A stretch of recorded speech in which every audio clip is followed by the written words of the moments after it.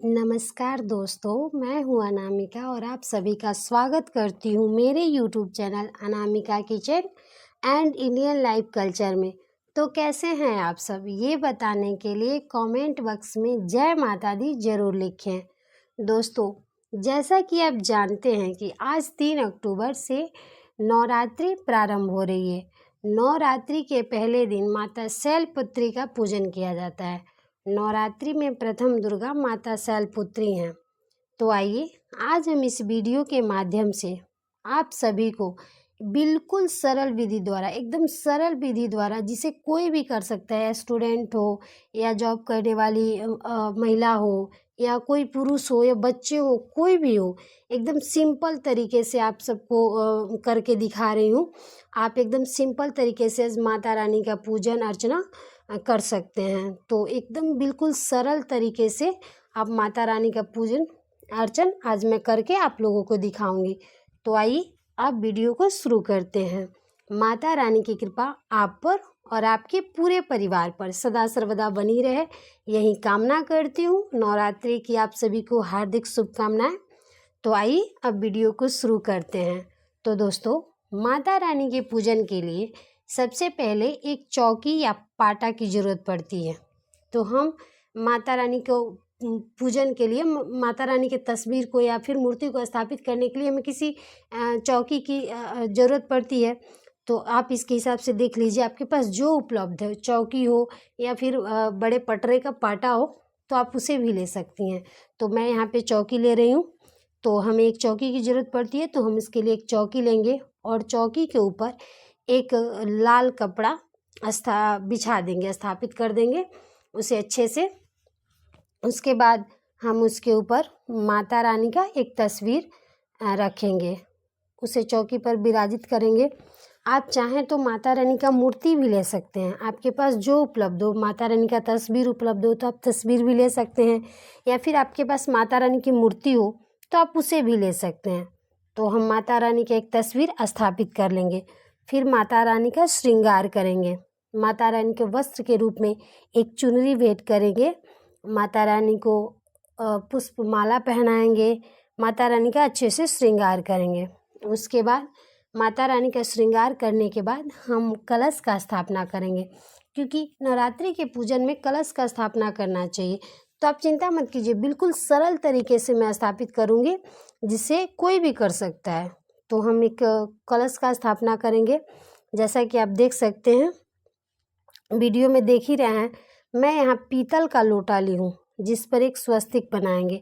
आप चाहें तो पीतल का लोटा या तांबे का कलश या जो भी आपके पास उपलब्ध हो, या ये भी नहीं है तो आपके पास अगर मिट्टी का कलश हो तो आप उसे भी ले सकते हैं।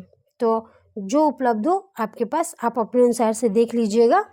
तो मैं यहाँ पे एक पीतल का लोटा ली हूँ और उस पर कलश स्थापना के लिए, और उस पर मैं एक स्वस्तिक बनाऊंगी। मैं कुमकुम से एक स्वस्तिक बनाएंगे उस पर। उसके बाद चावल से अष्टदल कमल बनाकर उस पर कलश को स्थापित करेंगे। थोड़ा सा चावल लेंगे और चौकी पर उसे अष्टदल कमल बनाएंगे, जैसा कि आप देख रहे हैं। बिल्कुल आसानी तरीके से अष्टदल कमल बनाएंगे और उस पर कलश को स्थापित करेंगे। कलश में थोड़ा सा रक्षा सूत्र बांध देंगे, कलश के कंठ पर थोड़ा कलावा या रक्षा सूत्र जो भी हो उसे बांध देंगे। उसके बाद उसमें गंगा जल, सुपारी, हल्दी, पैसा, फूल, दूब, जो भी उपलब्ध हो सामग्री उसे में डालेंगे। आप चाहें तो उसमें सर्व औषधि भी डाल सकते हैं, आप चाहें तो उसमें पंचरत्न भी डाल सकते हैं। तो आप अपने अनुसार देख लीजिएगा, जो उपलब्ध हो आपके पास सामग्री उसमें डाल सकते हैं। उसके बाद कलश पर रखने के लिए एक पूर्ण पात्र लेंगे और उस पूर्ण पात्र में चावल रखकर उस पर अबीर या गुलाल से स्वस्तिक बनाएंगे, या फिर हल्दी से भी बना सकते हैं। आप चाहें तो हल्दी से भी बना सकते हैं। उस पर एक स्वस्तिक बनाएंगे और उसके ऊपर वरुण देवता के रूप में नारियल स्थापित करेंगे।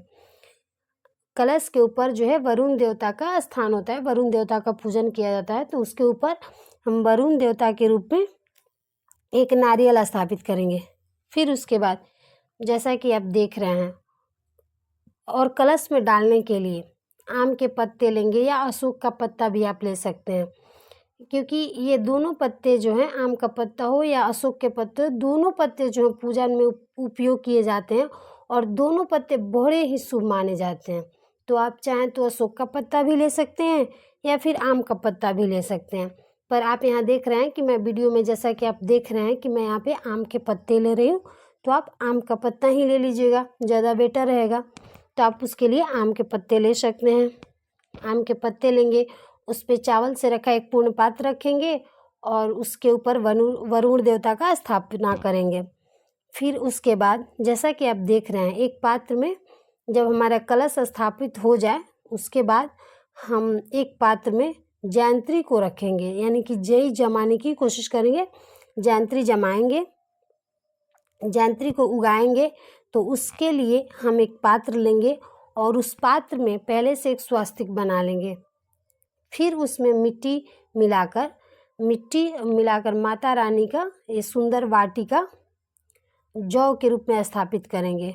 जौ को जो है माता शाकंभरी का रूप भी माना जाता है और जौ हमें ज़रूर से, नवरात्रि के पूजा में जौ हमें ज़रूर से उगाना चाहिए। तो हम अच्छे से जौ को उगाने का प्रयास करेंगे। अच्छे से मिट्टी और जौ को मिक्स करके और दोनों को एक पात्र में रख देंगे। उस पर थोड़ा सा पानी डाल देंगे जिससे कि हमारे जौ अंकुरित होके अच्छे से बाहर आए। तो हम जौ के रूप में माता रानी के सुंदर वाटिका लगाने की कोशिश करेंगे। तो इसके बाद जब हमारा ये काम पूरा हो जाता है, यानी कि जयंती जमाने के लिए हम रख देंगे, उसके बाद हम माता रानी का पूजन स्टार्ट करेंगे। साथ ही साथ हम श्री गणेश जी की भी स्थापना करेंगे। हम एक सुपारी से, या फिर आपके पास गणेश जी की अगर छोटी सी मूर्ति है तो आप ले सकते हैं, रख सकते हैं। हमारे पास नहीं है तो हम यहाँ पे सुपारी से गणेश जी को, सुपारी में रक्षा सूत्र लपेट के, कलावा लपेट के, और उसे गणेश जी के रूप में चावल का आसन देते हुए या पुष्प का आसन देते हुए गणेश जी के रूप में हम स्थापित करेंगे। तो हमें गणेश जी की स्थापना करनी चाहिए। हम गणेश जी की स्थापना करेंगे और उसके बाद जब हमारा कलश स्थापित हो जाए, माता रानी का श्रृंगार हो जाए, माता रानी का वाटिका लग जाए, गणेश जी की स्थापना हो जाए, उसके बाद हम पूजन स्टार्ट करेंगे। तो अब हम माता रानी का, माता शैलपुत्री का पूजन करेंगे। तो अब पूजन प्रारंभ करते हैं। तो पूजन में सबसे पहले स्नान कराने के भाव से 4 बार जल अर्पित करेंगे, 4 बार जल अर्पित करेंगे। उसके बाद माता रानी को चंदन लगाएंगे, साथ ही सभी को चंदन लगाएंगे। जो सुपारी से गणेश जी स्थापित किए हैं उन्हें भी चंदन लगाएंगे, कलश देवता को चंदन लगाएंगे, वरुण देवता को चंदन लगाएंगे, दीप देवता को चंदन लगाएंगे, यानी कि सभी को एक एक करके सभी को चंदन लगाएंगे। उसके बाद सभी को पुष्प यानी कि फूल अर्पित करेंगे। एक एक करते हुए माता रानी को फूल अर्पित करेंगे, साथ में वरुण देवता को, कलश देवता को, गणेश जी को, सभी को फूल अर्पित करेंगे। माता रानी को चढ़ाने के लिए गुड़हल फूल ज़रूर से रखिएगा, क्योंकि देख रहे हैं आप यहाँ पे मैं सर्वाधिक मात्रा में गुड़हल का फूल ली हूँ, क्योंकि माता रानी का जो सबसे प्रिय फूल जो होता है वो गुड़हल का फूल होता है। तो हमें गुड़हल का फूल माता रानी के पूजन में ज़रूर रखना चाहिए। तो आप लोग देख लीजिएगा अपने हिसाब से, जो भी पुष्प आपके पास हो उसे आप प्रेम पूर्वक, श्रद्धा भाव से, भक्ति भाव से माता रानी को अर्पित करें और एक एक करके सभी को पुष्प अर्पित करें। उसके बाद पुष्प अर्पित करने के बाद हम माता रानी को भोग नैवेद्य अर्पित करेंगे और साथ में सभी को भोग अर्पित करेंगे। श्री गणेश जी को भोग जरूर अर्पित करना चाहिए, क्योंकि दोस्तों कहा जाता है ना कि गजानन श्री गणेश जी जो हैं वो प्रथम पूज्य हैं। इन्हें विघ्नहर्ता और मंगलकर्ता कहा जाता है। तो हमें श्री गणेश जी को भोग अर्पित करना चाहिए। सबसे पहले हम गणेश जी को भोग अर्पित करेंगे, उसके बाद हम माता रानी को भोग लगाएंगे। तो देखिए यहाँ पे हम माता रानी के भोग में शुद्ध गाय का घी भी अर्पित करेंगे, क्योंकि माता शैलपुत्री का सबसे प्रिय भोग जो है वह शुद्ध देशी गाय का घी होता है। तो हम माता रानी को गाय का घी भी अर्पित करेंगे, इसीलिए हम इन्हें भोग में गाय का घी अर्पित करेंगे। साथ ही साथ माता रानी को लौंग और बतासे का भोग लाएंगे। माता रानी को जो लौंग भी सबसे प्रिय होता है, तो माता रानी को हम लौंग इलायची दोनों अर्पित करेंगे माता रानी को। साथ में हम माता रानी को फल भी अर्पित करेंगे। जो भी आपके पास मौसमी फल उपलब्ध हो, सेव हो, केले हो, अनार हो, जो भी आपके पास उपलब्ध हो, उसके अनुसार हम माता रानी का फल का भी भोग लगाएंगे, साथ में पंचमेवे का भी भोग लगाएंगे, मिश्री का भी भोग लगाएंगे।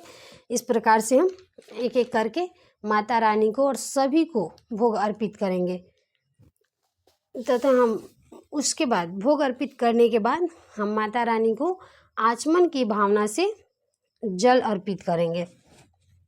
तो आप लोग देख लीजिएगा, इस प्रकार से हम फूल, दावना पत्र, माँ के सर्वाधिक प्रिय वस्तु, उन्हें दावना पत्र जो दावना में भी मड़ुआ दावना वो सबसे प्रिय होता है। तो माँ को दावना पत्र, गुड़हल का फूल, ये सब कुछ हमें अर्पित करना चाहिए। तो आप देख लीजिएगा, आपके हिसाब से जो भी आपके पास उपलब्ध हो उसे आप ज़रूर से अर्पित कीजिएगा। उसके बाद हम माता रानी का आशीर्वाद प्राप्त करेंगे। माँ को आचमन के भावना से जल अर्पित करेंगे। उसके बाद हम माता रानी को दक्षिणा स्वरूप में कुछ पैसे भेंट देंगे। दोस्तों, जैसा कि आप जानते हैं, मैं आपको यह बता दूं कि पैसा जो है पूजा में हुए कमियों को दूर करने के लिए चढ़ाया जाता है। हमारे पूजा में जो भी वस्तुएं हम नहीं चढ़ा पाते हैं, किसी प्रकार की त्रुटि हो जाती है, किसी प्रकार की कमी हो जाती है, उन कमियों को दूर करने के लिए हम पैसे जो है माता रानी को अर्पित करते हैं। किसी भी पूजन में दक्षिणा स्वरूप हमें कुछ पैसे, जो भी आपके पास उपलब्ध हो, 11 रुपये हो, 21 रुपये हो, 51 रुपये हो, 100 हो, 1 हो, जो भी आपके पास उपलब्ध हो। ऐसा नहीं है कि हमें इतना ही अर्पित करना है, ऐसा नहीं है। आपके पास जो उपलब्ध हो आप अपने यथा अनुसार, अपने शक्ति, कहा जाता है ना कि यथा शक्ति तथा भक्ति, तो उसके अनुसार आपके पास जो भी उपलब्ध हो आप माता रानी को ज़रूर से अर्पित कीजिए। इस प्रकार हम माता रानी से प्रार्थना करेंगे और उसके साथ ही साथ हम सुहाग की कुछ सामग्री माता रानी को अर्पित करेंगे। सुहाग की सामग्री जो हमें माता रानी को ज़रूर अर्पित करना चाहिए, क्योंकि कहते हैं ना कि सुहाग की सामग्री अर्पित करने से हमारे सौभाग्य में वृद्धि होती है, हमारा सौभाग्य बढ़ता है, हमें अखंड सौभाग्य की प्राप्ति होती है। तो जो भी सुहाग सामग्री आपके पास 2, 5, 7 जो भी सुहाग सामग्री आपके पास उपलब्ध हो आप माता रानी को जरूर से चढ़ा दीजिएगा।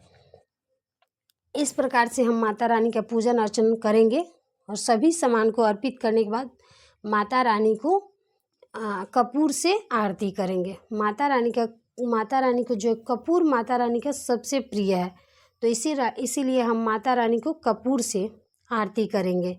तो आइए माता रानी का आरती करते हैं। कर्पूर गौरम करुणावतारम संसार सारम भुजगेन्द्रहारम सदा वसंतं हृदयारविंदे भवं भवानी सहितं नमामि।